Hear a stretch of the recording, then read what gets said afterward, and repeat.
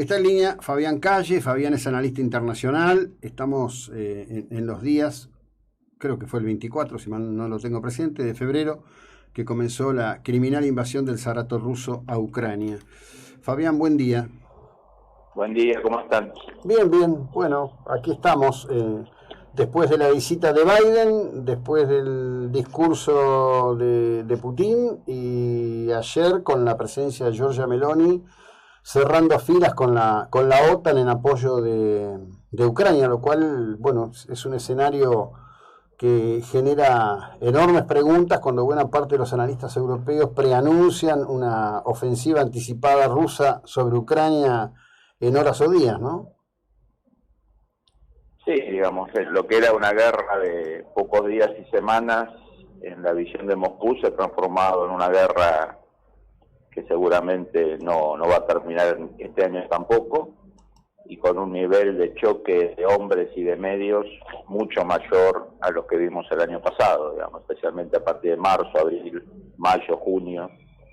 Vamos a ver una escala de combates que como mínimo van a duplicar el peor momento del año pasado. Por lo tanto, esta idea que a veces uno ve en los medios y en cierta dirigencia política de que el tema Ucrania-Rusia es un tema del pasado, la verdad que empíricamente no es así.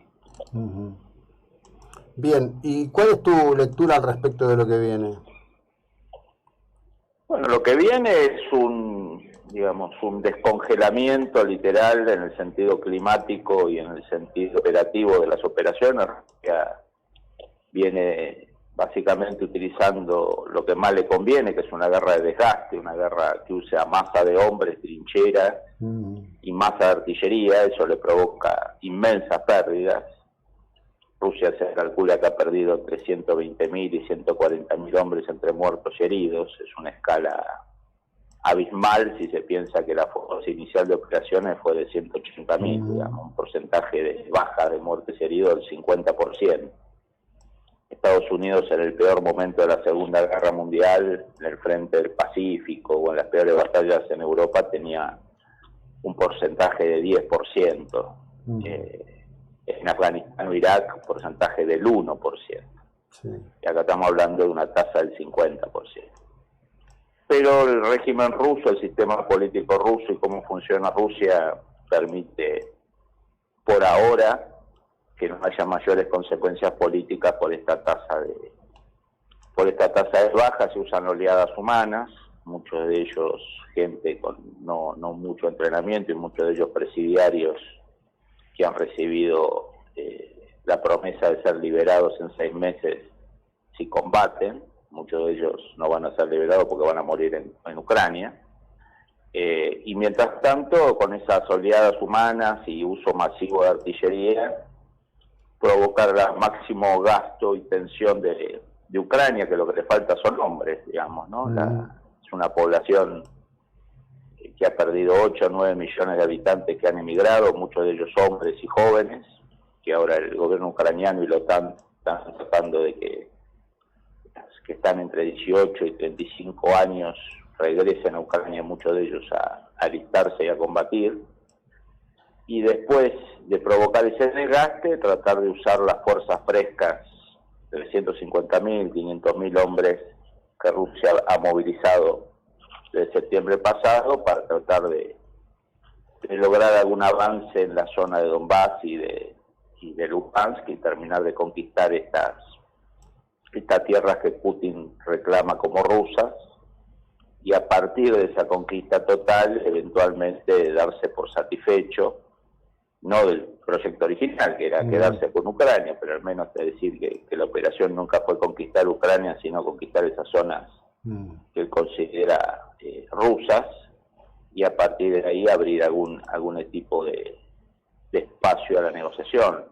Entonces lo que hay hoy es una guerra de posiciones, una guerra estilo Primera Guerra Mundial, de trinchera, de gas, de infantería, combate a pocas decenas de metros, con muchas bajas de ambos lados, y después viene una fase quizá de más movimiento, ¿no? Entonces el desafío de Occidente es dotar a Ucrania en los próximos meses de la capacidad primero que todo, de darle movilidad a la guerra, porque una guerra que sea de posiciones, de trincheras, obviamente siempre es favorable al que tiene más hombres y más artillería, ¿no? Y más cuando los hombres son descartables y no generan consecuencias políticas.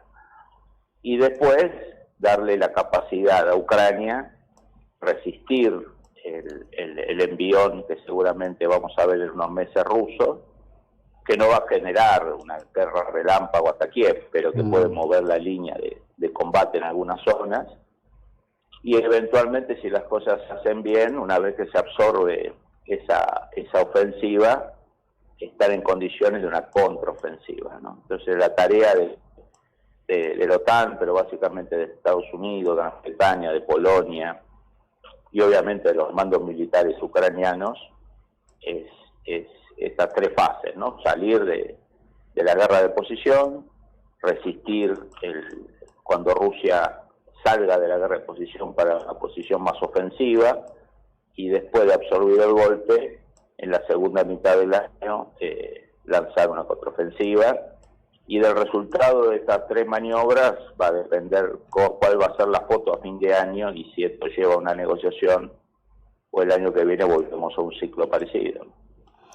Sí, también, digamos, es un interrogante que puede llegar a ocurrir en el plano interno en Rusia, ¿no? Porque la cadena de funcionarios y dirigentes que han muerto en extrañas circunstancias, por decirlo de una manera generalista, es impresionante y a mi criterio reveladora de que hacia adentro algo está pasando, ¿no? Sin duda, la tasa de caídos por la ventana y de gente que muere atragantada con parrones de azúcar se ha acelerado radicalmente, lo cual no implica todavía que el régimen esté tambaleante. Hay tensiones, por ejemplo, entre Prigozhin, el oligarca dueño de la Wagner y socio de Putin, tensiones muy fuertes, declaraciones muy fuertes contra los mandos del ejército, en el sentido que el ejército quiere sabotear el ejército de mercenarios de Putin. Eso es muy poco usual en un régimen así, que públicamente un oligarca cercano a Putin acuse a los generales de Putin de querer perder la guerra o querer que la Wagner sea destruida. Cabe aclarar que el grupo se llama Wagner en homenaje al músico favorito de Hitler, ¿no? Sí, sí. Porque a veces se habla de que Ucrania es nazi, pero el grupo Wagner se llama Wagner justamente en homenaje a Hitler, digamos, ¿no? Pero bueno, son pequeños detalles que a veces la progresividad latinoamericana se olvida. Y después, por el otro lado, vemos estos cambios cada 6, 4, 5 meses de mandos militares en el frente, que no son síntomas buenos, ¿no? Usualmente las operaciones militares requieren cierta continuidad de mandos altos y medios altos, y acá lo que ha habido en los últimos meses es 3 o 4 cambios en la conducción de las operaciones militares. No es un buen síntoma, claramente. No, desde ya que no, pero por otro lado, digo, hay una cuestión también que me parece que debe estar siendo analizada por todos, ¿no? Que es la clara demostración de la superioridad tecnológica del armamento occidental, en particular norteamericano, frente al armamento ruso. Bueno, ese es uno de los impactos de esta guerra, digamos, ¿no? Rusia era el segundo exportador mundial de armas después de los Estados Unidos. Era una de sus fuentes de ingreso y fuente de financiamiento para el desarrollo de nuevas tecnologías, además de un gran negocio para los oligarcas y para el propio Estado. Y ese marketing ha quedado muy golpeado, ¿no? En el sentido de que muchos de los sistemas de armas, si bien son de altísima calidad, no han demostrado la contundencia que se esperaba, ¿no? Eso lleva a países como la India, que usualmente se apoyaba en armamento soviético y después ruso, a acercarse cada vez más a Estados Unidos, más allá de la necesidad india de acercarse a Estados Unidos por China.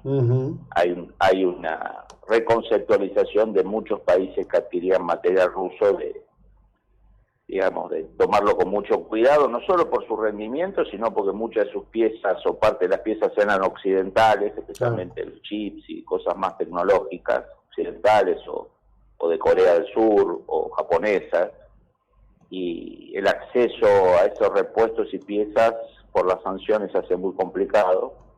Por lo tanto, a nivel simbólico y a nivel práctico, la industria de defensa rusa, que era fundamental para mantener a Rusia en carrera frente a dos gigantes como son Rusia, Estados Unidos y China en materia de presupuesto, con presupuestos mucho mayores, se ve afectado, ¿no? Esa es una de las consecuencias de esta guerra, es el golpe al prestigio de la industria militar rusa. Sí, sí. Bueno, que por otro lado también es revelador de que los niveles impresionantes de corrupción que han existido desde la era de los zares, pasando por el soviet hasta hoy, siguen vigentes como un dato cultural muy fuerte de la vida política y la vida estructural de los rusos, ¿no? Bueno, digamos, cuando uno ve generales millonarios, un presidiario como Prigozhin, que tuvo 10 años preso por mafioso en los 80, y hoy es un hombre que se considera que tiene 6.000, 5.000 millones de dólares y maneja un ejército de 30.000 hombres como la Wagner, toda esa plata que está en palacios, en cuentas en Suiza, en Mercedes, en autos de alta gama, en prostitutas y vida dispendiosa, obviamente es plata que le faltan a las tropas en el frente, a los hospitales, a los sanatorios. La corrupción mata, ¿no? Sí, en América Latina sabemos muy bien el costo de la estupidez de la corrupción, y en guerras mata más, digamos, ¿no? Así que los países con altísimo nivel de corrupción, básicamente porque no hay frenos y controles, no hay un Congreso que funcione, no hay un Poder Judicial independiente, no hay una prensa libre. La mejor forma de controlar la corrupción y la naturaleza humana es básicamente con controles cruzados, ¿no? Cuando esos controles cruzados no existen, está la ilusión de alguna gente, si no, mi líder no es corrupto, mi líder gobierna solo. El líder siempre se corrompe y su entorno se corrompe también. Sí, sí, bueno, lo sabemos sobradamente en Argentina. Argentina lo sabemos, como decía Perón, el hombre es bueno, pero si lo vigilan es más bueno, ¿no? Sí, sí, lo sabemos. Y la mejor forma de controlar es controlar sanamente, no totalitariamente, mediante frenos y contrapesos y controles entre los poderes. Obviamente que en Rusia no existe, y como eso no existe, los niveles de corrupción y de arbitrariedad son masivos. Claro. Las palabras de Biden ayer: Ucrania nunca será una victoria para Rusia, nunca, ¿no? Es elevar la vara fuertemente por parte del gobierno estadounidense en la cuestión al respecto de lo que está ocurriendo allí. Sí, sin duda Estados Unidos lleva asignados a Rusia 30.000 millones de dólares, cifras y montos inmateriales que no se veían desde la Segunda Guerra Mundial, cuando Estados Unidos ayudaba a la Unión Soviética a partir del año 41. De hecho, Estados Unidos ha reflotado el sistema de préstamo y arriendo que Roosevelt usó con Gran Bretaña y la Unión Soviética. Y este año se calcula que va a terminar con 20.000, 25.000 millones más, o sea, un aporte militar de 50.000 millones de dólares solo de Estados Unidos, sin contar todos los demás países de la OTAN, a un país como Ucrania. Digo, para que tengamos dimensión, el presupuesto militar total ruso es de 50.000, 60.000 millones de dólares, ¿no? Es como darle a Ucrania en 2 años la totalidad del presupuesto de defensa ruso. Es una ayuda masiva, no solo en material, sino en entrenamiento, en inteligencia. Hay que recordar que esta operación militar, si ustedes se recuerdan, entre diciembre y febrero los diarios del mundo del año pasado estaban saturados de versiones de las operaciones militares rusas que iban a venir. Sí, bueno, evidentemente la inteligencia norteamericana y británica la tenía muy clara, ¿no?